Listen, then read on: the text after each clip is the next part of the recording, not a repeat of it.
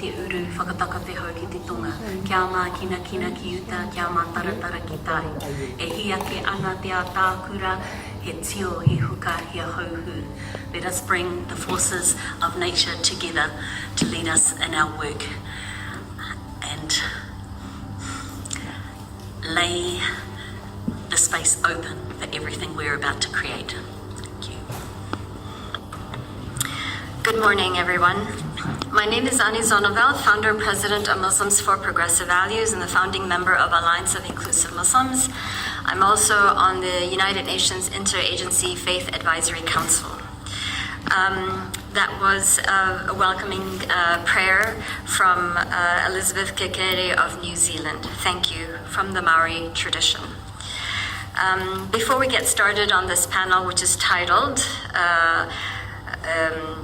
Precolonial Societies on Gender and Sexuality, a Hindu, Muslim, and Indigenous Peoples Perspective, hosted by Muslims for Progressive Values and Jin Soji, I would like first to introduce and invite Ambassador Ngato Diseko to give her opening remarks.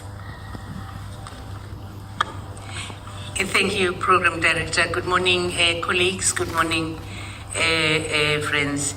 It's a great privilege for me to be present with you today to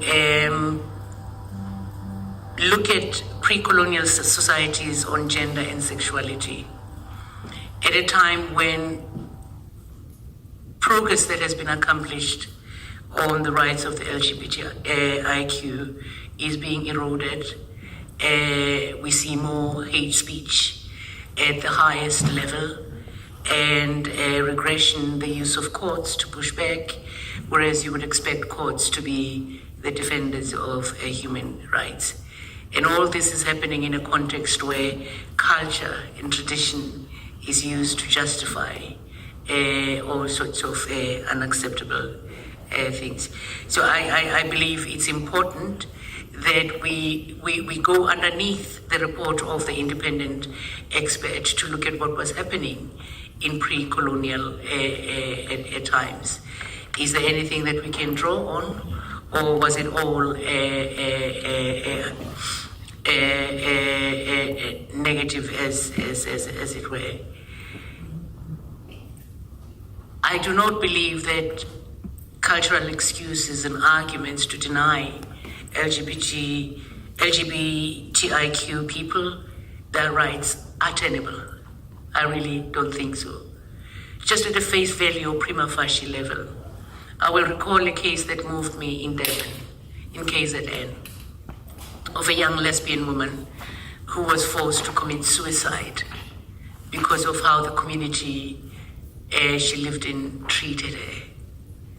At the funeral of that young lady, the sister said, I do not understand how this could happen because we all knew and we all said God made her like this and she was made in the image of God, using language that stems from traditional interaction, challenging them. And I think that society, community woke up and understood that what had been done was totally unacceptable. There had been no support, there was isolation, and yet everybody knew that there was nothing wrong with her. The sister kept on saying, you knew that she was God's child.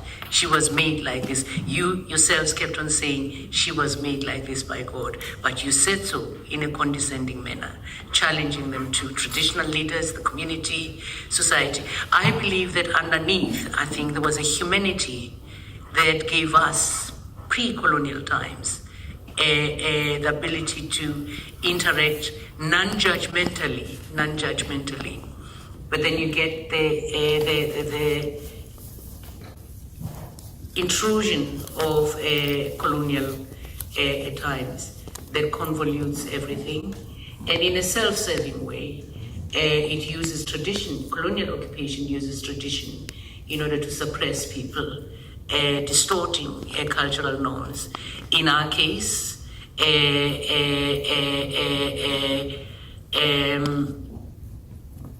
literally effacing references or language that is the basis for our common humanity, such as Ubuntu. I am because you are. I cannot exist without you, regardless of who you are. I am because you are. My humanity is dependent on your humanity. Just a simple statement. My humanity is dependent. It doesn't say depending on this or contingent on that. Simply put, Ubuntu says, my worth as a human being is nothing unless I accept and acknowledge your worth. That is a good basis also for the Universal Declaration on Human Rights that affirms our common humanity. It's important for me that this work continues, but it's also taken out to those that don't believe. We need to win people to believe, to understand, and shift them from where they are. This is the key recommendation that's coming out of Victor Matrical's report. Because in current times, we're having a superimposition in Africa over and above the colonial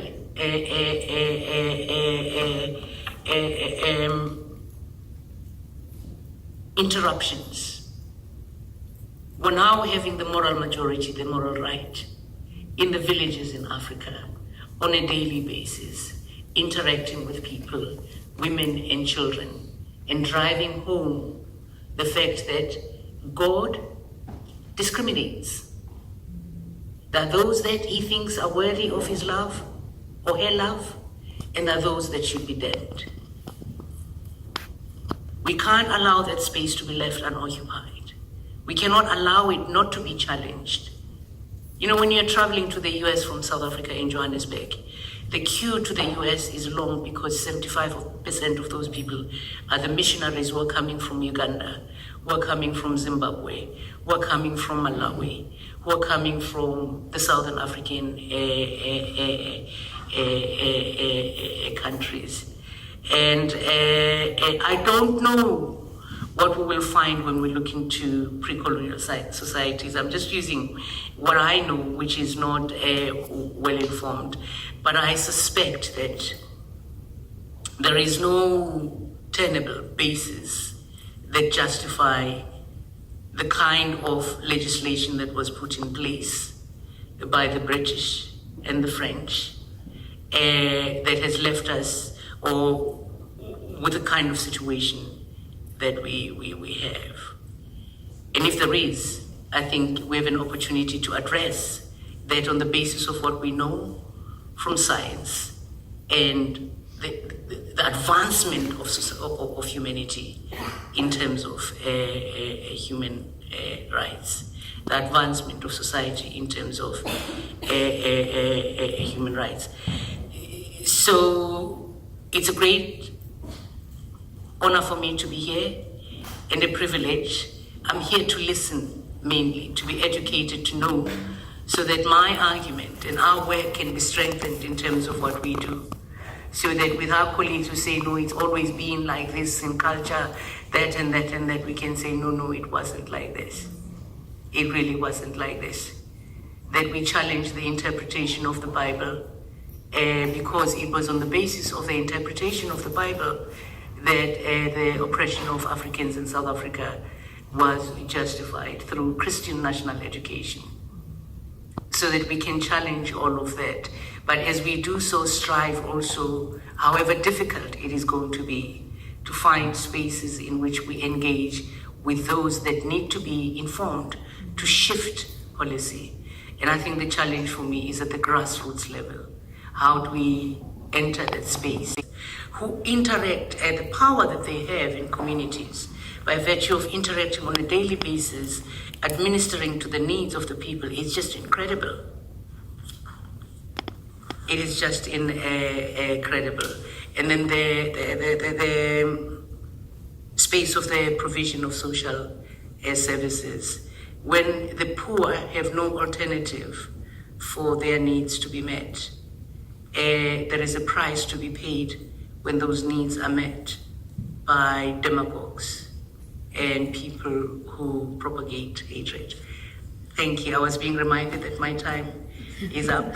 And I look forward to listening and coming out knowing more at the end of the session. Thank you very much.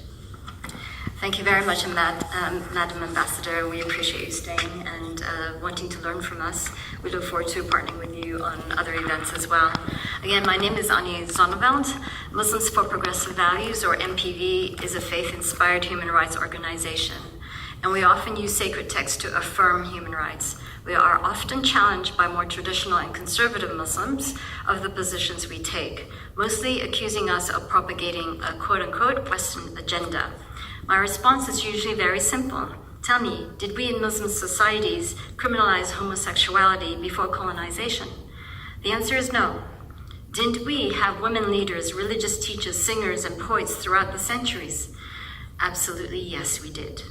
As a matter of fact, it is the ex-colonies of the world who have adopted the puritanical Christian values, and relevant to our work, it is the conservative Muslim societies who are propagating a quote-unquote Western agenda, albeit an old one that is unfortunately making a strong comeback. On May 16th, 2019, then UK Prime Minister Theresa May made history by issuing a poignant statement acknowledging Britain's role in codifying discriminatory anti-gay legislation across its former colonies. She said, "As the United Kingdom's Prime Minister, I deeply regret both the fact that such laws were introduced and the legacy of discrimination, violence, and even death that persists today." Other former colonial powers introduced similar legislations to the nations they colonized, and mashing discriminatory laws, policies, and social practices for the fabric of those societies. National and international human rights forum must take into account these shared histories, especially the harmful legacies of colonization, if these systems are to be inclusive, just, and equitable.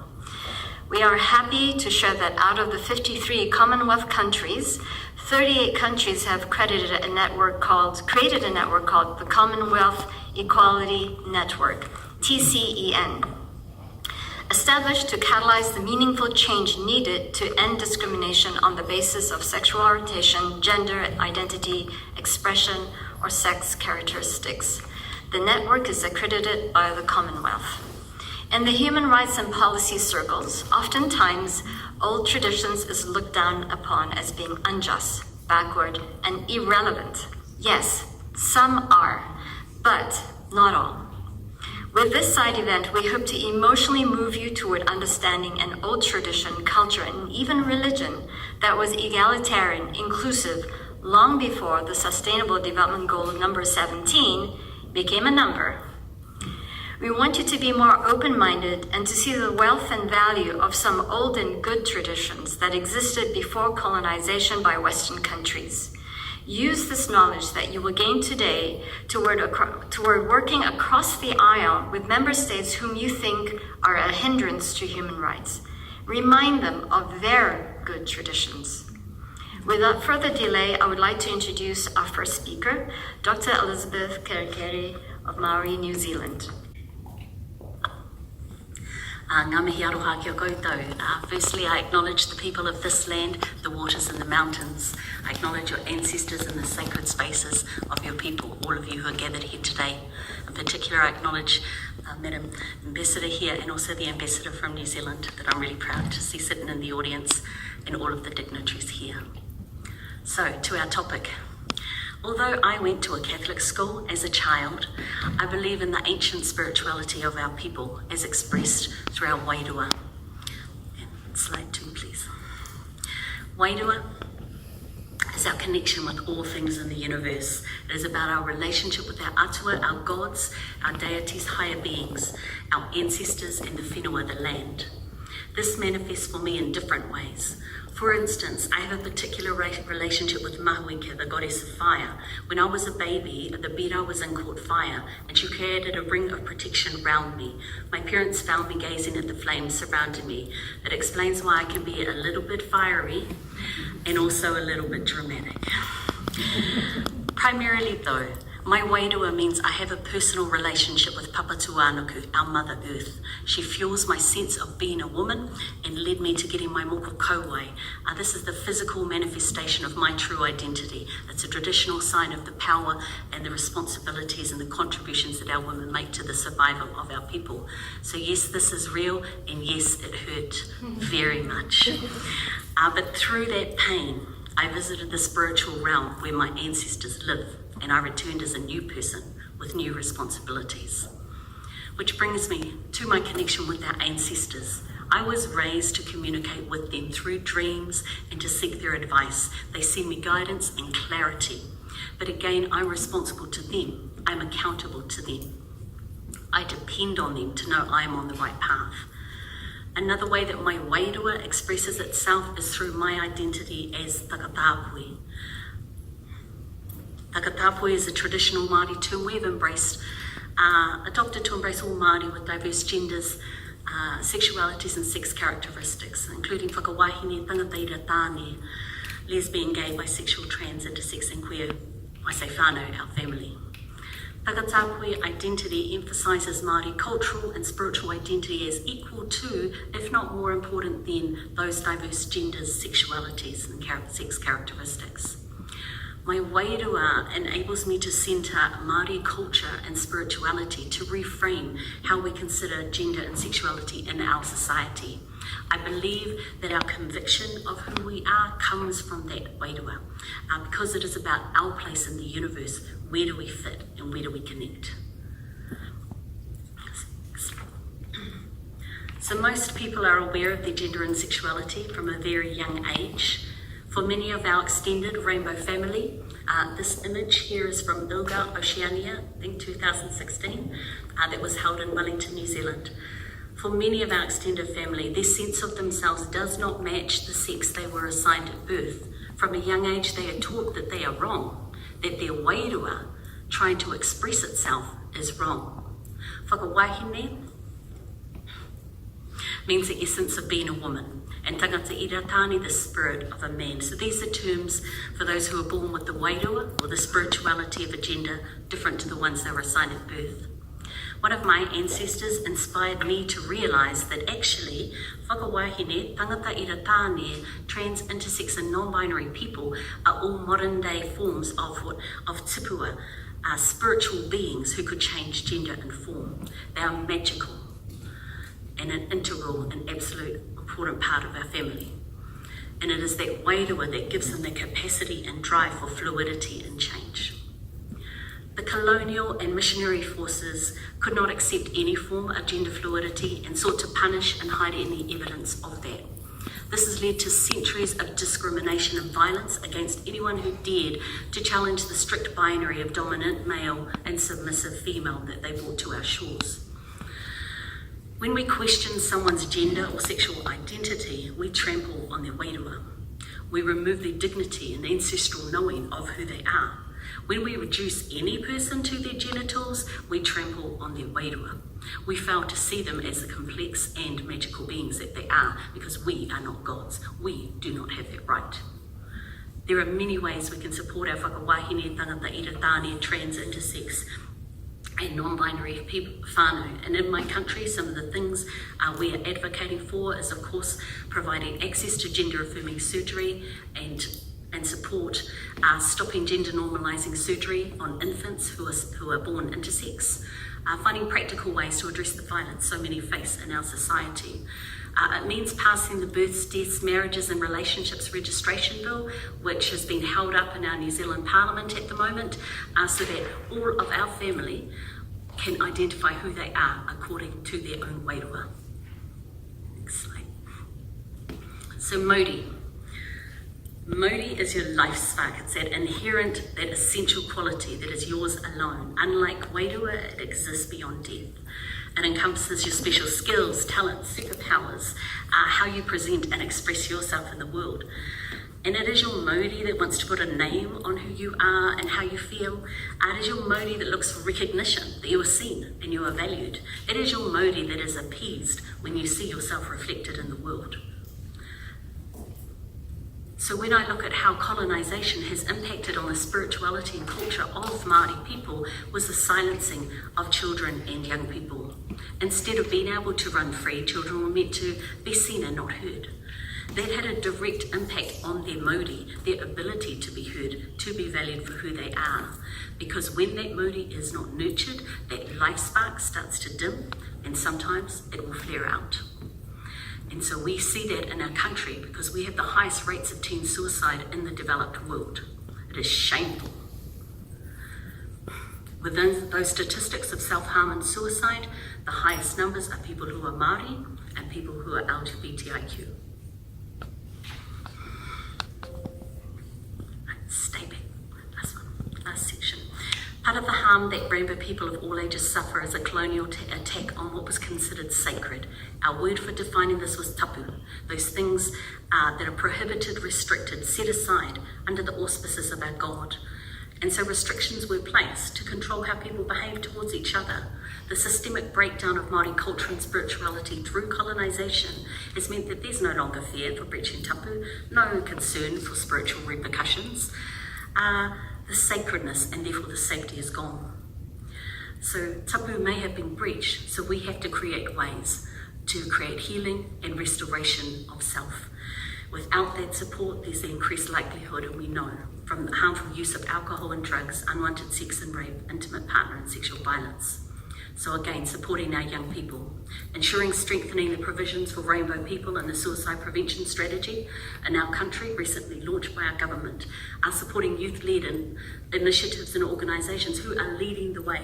Most rainbow organisations in my country are led by young people, and creating opportunities to heal and help our people of all ages to learn how to preserve their tapu, their inherent sacredness. To conclude, the colonial attack on our spirituality was multifaceted. They tried to sever our connection to our own gods and schools of learning. They made enjoyment of sex a sin. They tried to pretend gender fluidity never happened, and they made same-sex loving that was accepted by my ancestors a criminal offence. They tried for centuries and caused significant generational trauma because of it. Ultimately, though, they failed because we still exist as Māori, as the Katapui, because our wairua is stronger than their attempt to erase us. Our Indigenous love and compassion is stronger than their hate. Nō reira, tēnā koutou, kia ora hui hui mai tātou katoa. Wow, that was powerful. Thank you, Dr. Elizabeth Kerikeri from New Zealand. She has over 35 years' experience working for the rights of Maori, Rainbow, and young people. She is founder chair of Te Uhanauhana Trust, which advocates for Takatapaui to tell our stories, build our communities, and leave a legacy. Elizabeth leads work on suicide and violence prevention, health and well-being, research, and youth leadership. She is a writer, an artist, and a strategic leader. Our next speaker is Dr. Imam Ludwig Zahid. Dr. Imam Ludwig Zahid is born in Algeria and lives in Marseille, France. He is a trained imam, fluent in Arabic, and did 2 PhDs in anthropology and psychology about sexual minorities and faith-based communities. He is the director of Kalam Institute, training progressive imams toward a philosophy of life based on an inclusive and universal interpretation of Islam.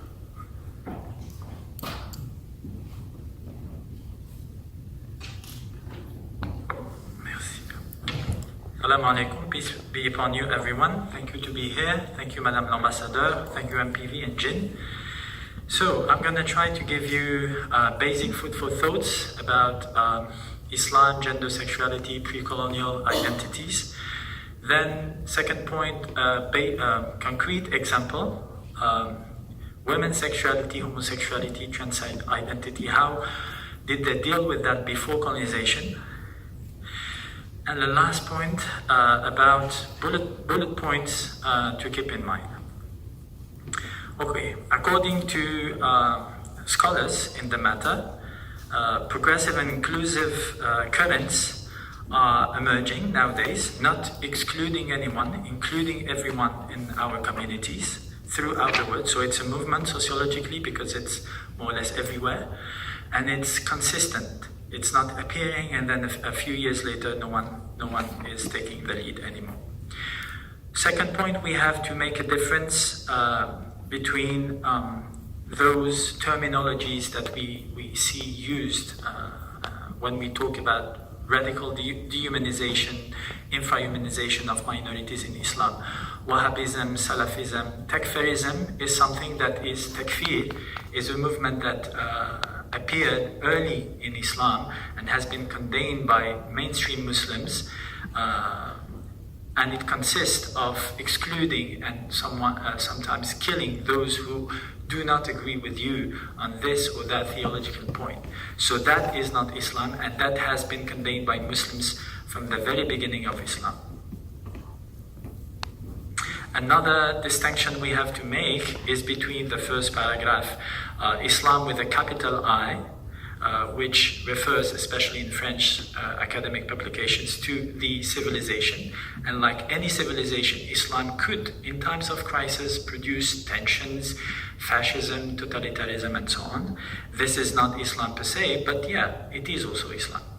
And the second paragraph is showing you the difference with Islam with a minuscule I, that some English-speaking academics would call Islamicate, referring to the philosophy of life, to the religious tradition.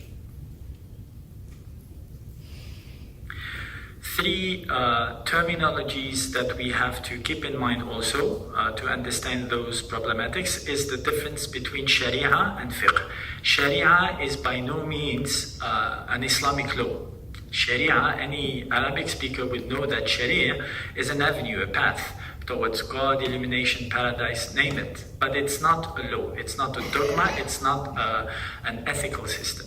It's more about values and mystical representations and so on. Fiqh, on the other side, is the understanding of the divine message through the Prophet Muhammad, peace be upon him. So fiqh is what we should call, should identify as the Islamic law, Islamic laws, of course, because as many sects you have in Islam, subgroups and so on, you have as many laws.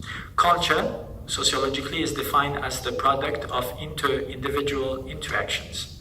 So Islam before colonization, the Turkish, the European colonization in Arab Muslim, so-called Arab Muslim societies, has nothing to do or little to do with Islam nowadays in terms of relationship to sexual diversity, gender fluidity, and so on and so forth. Sorry for that sound. Okay, a concrete example now. Does Sharia equal fascism in terms of condemning homosexuality, for example? Fascism, one facey, we all have to be the same, etymologically. So there is more than 70 verses speaking about Sodom and Gomorrah, the Qawm Lut, people of Lot in the Quran. There is one verse that is very interesting, مَا سَبَقَكُمْ بِهَا مِنْ أَحَدٍ مِنَ الْعَالَمِينَ, which means more or less, nobody has done that abomination before you. 5,000 years ago it was. So is it homosexuality or bisexuality? No, it's something new. Unless you consider that the earth is flat and homosexuality has been invented just like that 5,000 years ago in the middle of Mesopotamia, it could not be homosexuality that those verses are speaking about in the Quran. Those verses are speaking about ritual rape, thievery, pirate attitude, refusing hospitality, and so on. So what they did at that time, what is condemned by monotheistic traditions, is considering that some priests, some imams, whatever, could rape strangers and young boys and girls from your own city, and that's considered to be worship of the goddess Ishtar, of Allah, of whatever god it is. And plus, last point, it never speaks about lesbians. Never. It's always man, patriarchs being married. You are leaving your wives at home, one verse of the Quran says, and you are raping those people. Okay, the tradition now, not the Quran, the tradition is in Islam based on the hadith, the tradition, the saying of the Prophet, peace be upon him. But there is plenty of classifications of those traditions. Some are considered by mainstream scholars to be authentic. Yeah, the Prophet said that, because we're pretty sure that he said that. And some are considered to be pretty much apocryphal. They popped up years, decades, centuries sometimes for some of those traditions after the death of the Prophet. So, in short, you could not believe every tradition attributed to the Prophet Muhammad, peace be upon him. But as a theologian, personally, I take all of them. Even if you know that 100 years after the death of the Prophet, that very homophobic or misogynistic or anti-Semitic hadith came up in the tradition, that's very interesting, because it means that something happened in that society, that given society, that made those people invent a new tradition and sanctify it, attributing that tradition to the Prophet Muhammad, peace be upon him. So, very quickly, the Prophet, according to the tradition, didn't kill any homosexual or trans. I mean, that terminology, it didn't even exist at that time, but it appears that he proactively defended transgender Muslims at that time. He welcomed them at home, gave them jobs, protected them against transphobia, homophobia, as we name it nowadays. Second point, those people are called in the tradition mukhannathun, mustarjilat, amongst many others, other terminologies. Mukhannath is the one who is embodying femininity, so it's a feminine man. Mustarjila, it's could be translated by masculine women. Third point, women were not considered to be inferior to man, and transgender identities were not considered to be abnormal at that time. So that came 17th, 18th, 19th century through that, first of all, academic colonization, and then political and territorial colonization of the Arab Muslim societies. And Arab Muslim literature is full of women, explicit images about women's sexuality, non-heteronormative, same-sex, transgender identities, and so on. And then early 20th century, for example, in Cairo, 1925, you have the first publication of 1001 Night, very famous Arab pre-Islamic recueil of stories, without anything concerning women's sexuality and homosexuality. So that's not a coincidence also why Arab, so-called Arab nationalism was raising at that time. So very quickly, once again, you have plenty of counter-arguments about body punishment. For example, stoning gays. Stoning is not in the Quran, nowhere. You don't find any verse speaking about stoning, full stop. So stoning gays, nowhere either. Homosexuality per se, that's also a term that we don't find, because identity representation, the relationship to sexuality, to gender, to personal identity and tribe identity, groupal identity was not the same at that time. So it's tricky, but it's also very interesting to try to understand how did they consider those fluid and diverse identities from their perspective through the tradition. People of Lot, once again, they were about raping people, and that's also something that has been condemned after the death of the Prophet, peace be upon him, by the khulafa, by the caliphs, and they never speak, those people, about sodomy or homosexuality or same-sex love, never, always about rape. All the people that they condemned after the death of the Prophet, peace be upon him, right after he died, was about raping people.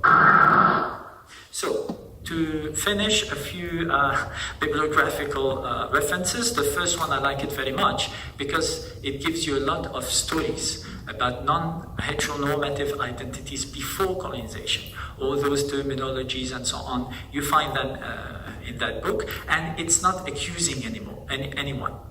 Let me put it that way. It's not saying, oh, it's because of the West, of the white peoples, you know. It's much more into anthropological participative perspectives, and it's just concluding by the fact that, first of all, we had that diversity before colonization in Arab Muslim societies and African and Indian societies.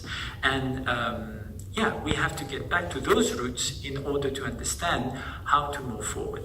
The second one is a nowadays concrete perspectives in more than 20 countries, from Samar Habib. Those two books are systematic and systemic studies of homosexuality, trans identity in Islamic scriptures, so everything that has to do with that in relationship to those topics, to make a coherent system. Because if you say Islam is peace, And then you pretend that Islam calls to kill homosexuals and Jews and Christians, then it's not peace anymore, so it's not coherent. Arsane Najmabadi, the two last books, some bullet points that you can find on the presentation I can give you. And thank you. Thank you, Ludwig. Sorry to rush everyone around, but we are short of time. Our next speaker is Dr. Yvette Abrahams of South Africa from the Khoisan Indigenous Spirituality. She holds a PhD in economic history, specializing in indigenous knowledge systems.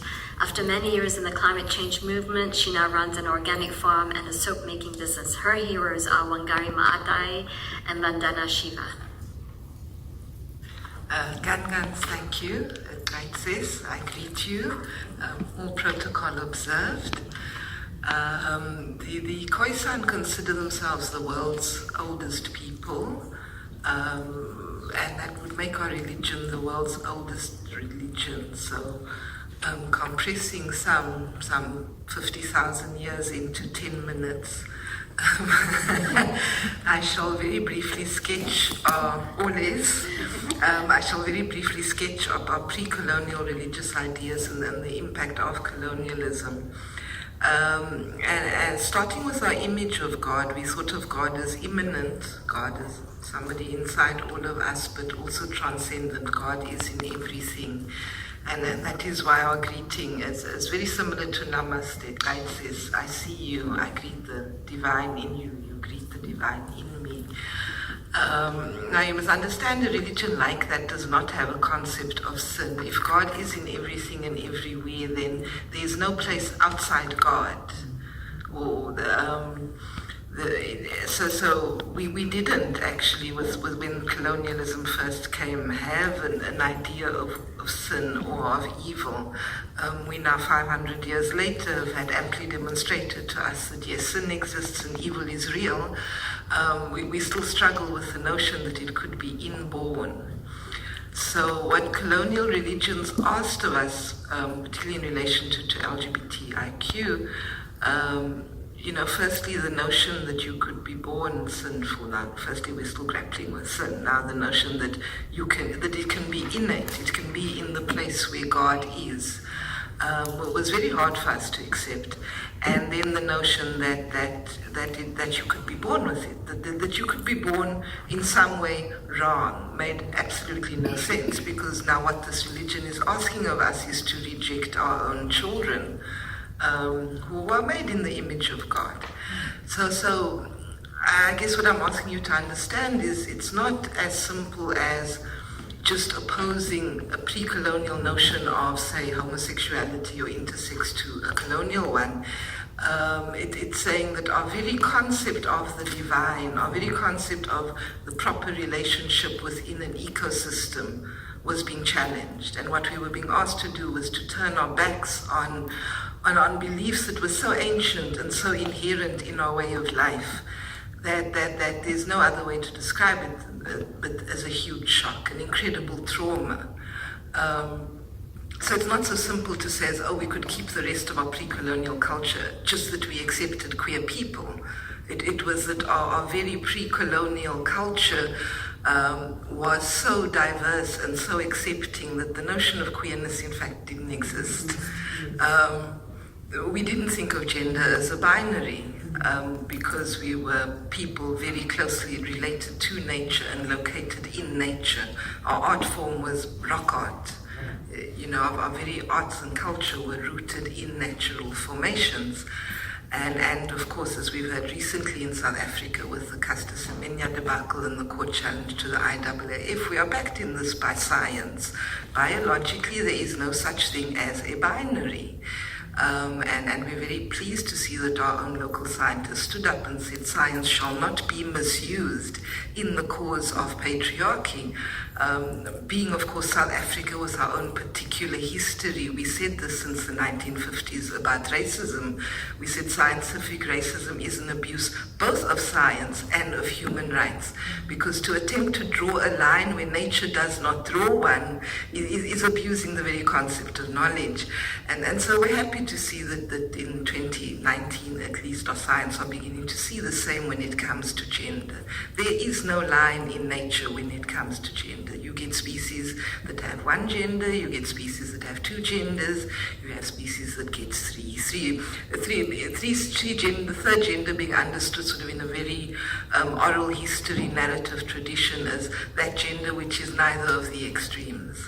And the God, by definition, is then above gender, because God is the one who creates gender. So to think of God as he or of God as she is equally sacrilegious. I do think of God as she, but I acknowledge that this is my human frailty. This is my need to assign it. In other words, I'm not trying to create God in my image. I'm accepting that actually this is just me that's not grasping this notion of somebody above gender. But so colonialism for us in terms of gender relations, to then impose this unbiological narrative, this unnatural narrative of there's a gender here and it's male and there's a gender here, it's female, and everything on the spectrum in between is then somehow wrong. It went against our very epistemology, our very ontology, our very way of viewing the world, because an ecosystem is composed of diverse species. A strong ecosystem is a diverse ecosystem. And so what you're asking us to accept, that it's somehow better, it's somehow higher, it's somehow more spiritual, to deny diversity, again, is traumatic, because it's severing us from our rootedness in nature. I think lastly I'm going to then just end with all of this happens in a context, in a spiritual context, where gender is not a big deal. I'm asking you to think of a way of viewing the world in a society where me, Yvette, I am because I'm the daughter of this person, I'm the granddaughter of that person, I'm of that clan is of that tribe, who is of that people, and that is primarily my identity. It's often said in Africa that this whole notion of marrying the opposite sex makes no sense, because in Africa you don't marry a person, you marry a family, you marry a lineage, and the representative of that lineage, the gender is almost irrelevant, and it's, so the West will talk about Africa as a continent of same-sex marriage, but understand that from our indigenous approach, the gender is actually not the point. The point is the joining of two lineages, and that is why we give cows to show the mixing of blood, the joining of genomes. Whether the representative of that lineage is biologically male or biologically female or biologically something else comes last on the list of considerations for marriage. In the same way, what I do and how I live is mostly non-gendered. We have a huge celebration in rock art of breastfeeding, which is a clearly gendered activity. We have another of hunting, and the belief that, the people with the capacity to give life should not take life. So there's a very clear gender division.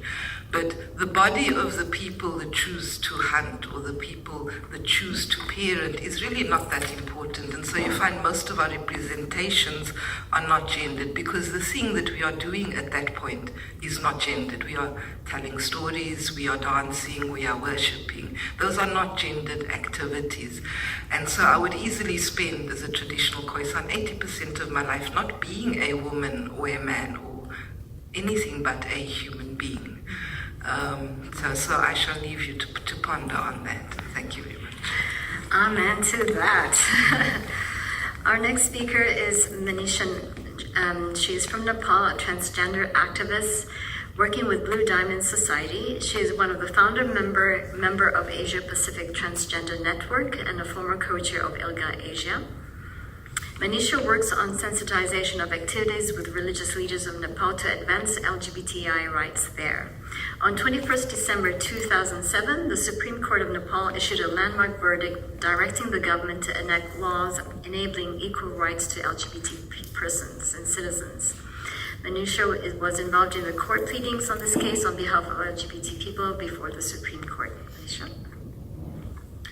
Thank you, Annie. First of all, I'd like to thank you all to be here. So first of all, I'd like to share our activism in 2001. I want to go back in 2001, how we started our movement. So at that time, it's very difficult for us and we're very confused how to convince our issues within our LGBTI community and to advocate our issues with the policy makers. So we discussed lots of time in our office and brainstorm, and we gather some strategic information. So how to use this information in our activism to convince our LGBTI friends and colleagues and to do advocacy with the policymakers. So the strategic information that we have gathered is the homosexuality and the law in Nepal and other South Asian countries, and the second one is homosexuality and the Hinduism.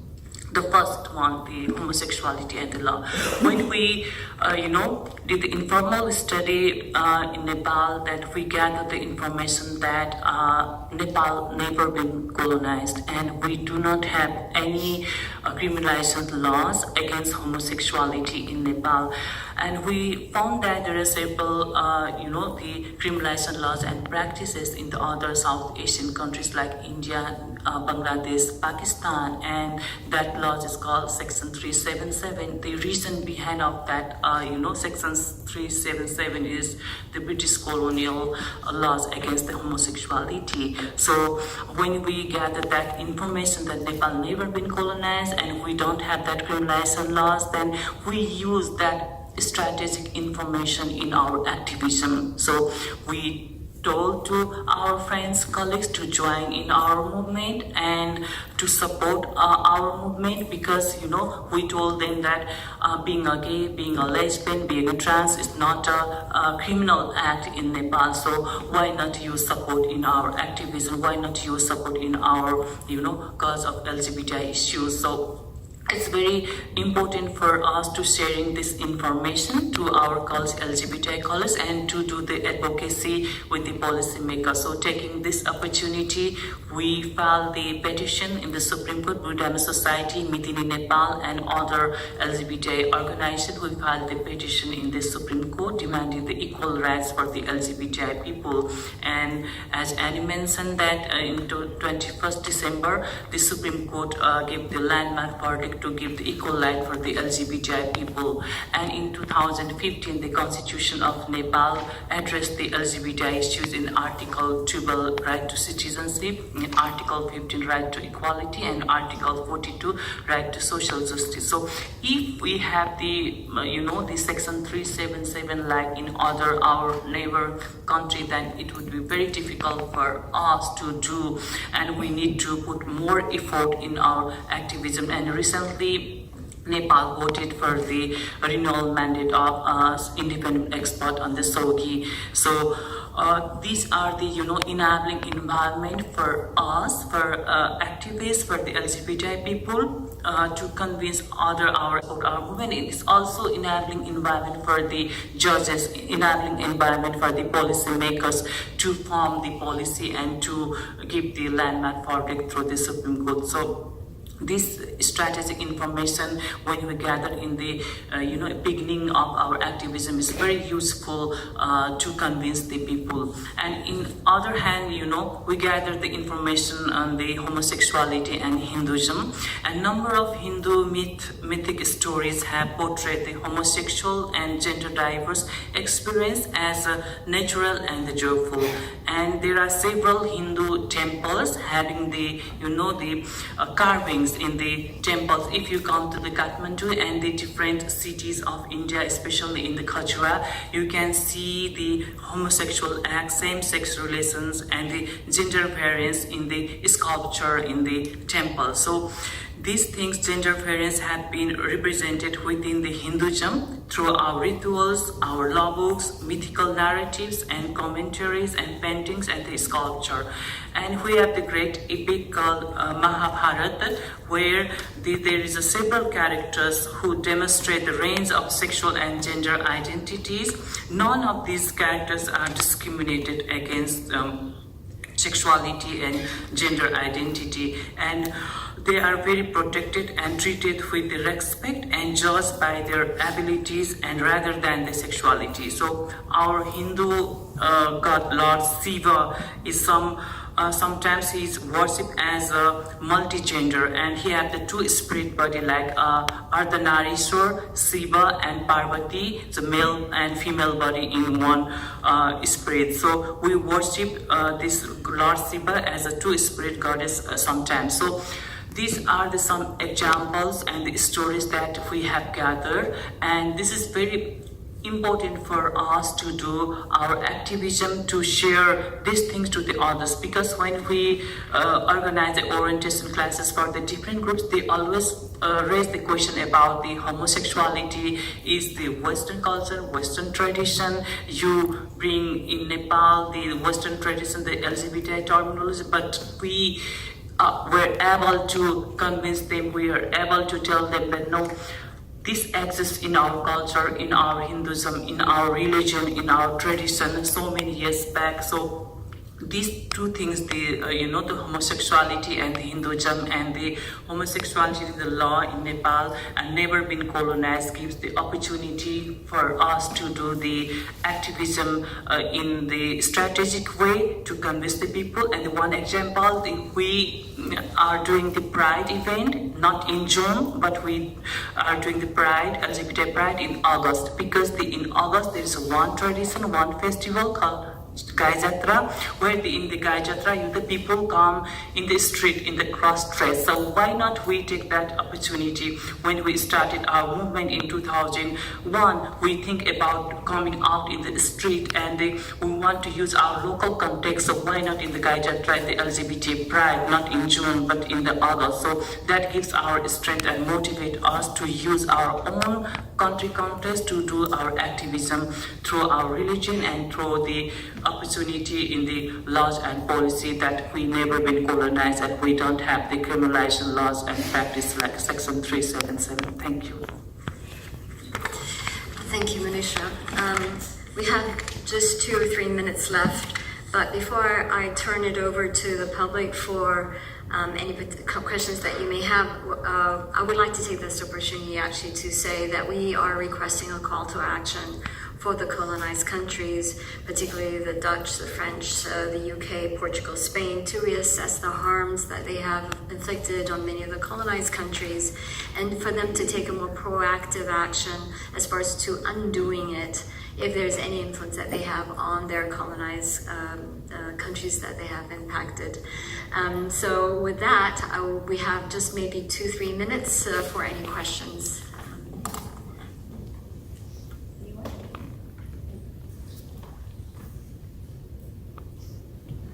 So, yes, anyone there? No? Okay. All right, go ahead. Gentleman in the white shirt. Thank you.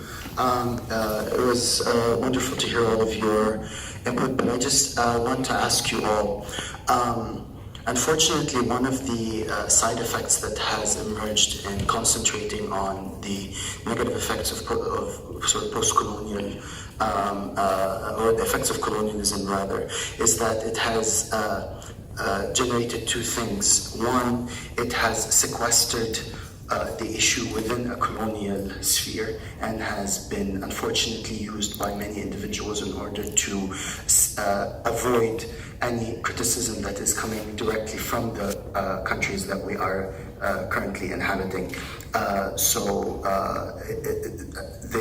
The argument on the effects of the colonial legacy has become a way or an excuse not to deal with issues that are endemic to the countries that we live in. That's one. And two, it has also created this binary in which organizations, activists working in these countries that are building bridges or trying to collaborate with organizations in the West or in the global North are seen as complicit in a larger sort of quote-unquote gay international agenda, and are thus vilified both by patriarchal structures within the countries that they are in, because they are seen as un-Muslim, un-Arab, un-African, and by post-colonial thinkers and individuals. So what are all of your, what does the distinguished panel think about this, and how do you think we can resist and combat it? Thank you.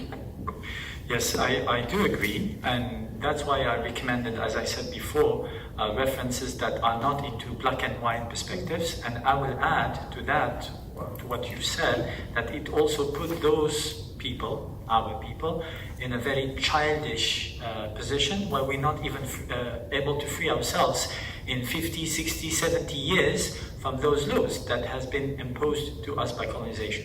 So in terms of agency, and how do we deal with our identities, it's not also a way forward. Thank you. I'm glad you raised the question, because it's about strategy. And for me, in as much as damage was done by colonial powers, it's us that can undo the damage and remove the excuse that, well, this is an external thing that has nothing to do with the reality. And I'm saying because of how that approach has created a toxicity that has rendered, for example, the African Union paralyzed in terms of moving. We need a different strategy. Us. Through the programs of the UN, let's enter that space so that we can generate at grassroots level a movement that's organic, that says, we're going to vote for you only if you do right. And it's possible to do that. It's possible to do this. When this became an issue between Museveni and Obama, you lost a lot of Ugandans. You needed to recalibrate your strategy and expand the forces that you work with and allow the agency that must happen. These stories for me really are empowering, that ought to be shared. Grandmothers are really very powerful. There is no grandmother that will agree to the disclaimer. You know, when you're saying there's something wrong with a person, you're saying there's something wrong with God. If we're all made in the image of God, there's a part of God that is unacceptable. No grandmother in an African village will accept that. So the urgency for me is in recalibrating the strategy. Yes, let's get the money from the colonial powers, but let's shape our engagement with our leaders and engage with the African Union, the structures of the African Union. Alex, do you have a question? Yeah? No? You don't? Any other questions? Yes, please. Thank you so much to all the speakers for raising such very important contributions and case studies. So, speaking from an African context, where you find that literally the most pronounced religion in Africa is Christianity. And also through Christianity, many churches have come about, which mostly are using conversion therapy on LGBTI persons in order to try and straighten them up or make them normal. So I wonder, what advice do you have on how we can also increase our advocacy approaches within the Christianity context? Because definitely it is a growing religion, and it is also affecting a lot of anti-LGBTI laws. I've been asked to respond, but I feel hampered by the fact that I'm not a Christian. Ambassador, could you perhaps? The organizations of Christians, Bishop Mahua, those leaders, I think let's leverage those leaders. But at the same time, the phenomenon you're talking about is the industry of popular churches and enterprise, where it's black and white. and a whole load of practices that keep people captive and dependent on cult, pseudo-religious leaders is a problematic. So you need the voices of actually the traditional churches. You need the Anglican Church to speak out. You need the Catholic Church to speak out. But you also need the African churches that are progressive, that rebelled against the Anglican Church as part of the liberation movement. They know the story very well in terms of pre-colonial culture. May I add something, Madam? Sure. Very shortly about Muslim so-called therapy for LGBTs. So yeah, as I put in the bullets at the end, the songs, the poems and so on, and sometimes when you do dialogue with very dogmatic, homophobic, transphobic leaders, Muslim leaders who believe that you're possessed, that you are abnormal and so on, talking about that might help. Sometimes you could not even talk about that, so you have to use a side strategy like just praying together, because they think you're possessed and they start not looking at you. And after a few hours of debate and conference and so on, they like talking to you like a brother or sister, whatever they identify you with. So there's different good practices, and I think that Jen is also doing a study now at the moment about those best practices. All right, with that, we conclude this session. And thank you so much for attending this side event, and I hope you got a lot out of it, and please use the resources. It will be up on our respective websites, Muslims for Progressive Values and Jin Soji. Please do share. Thank you.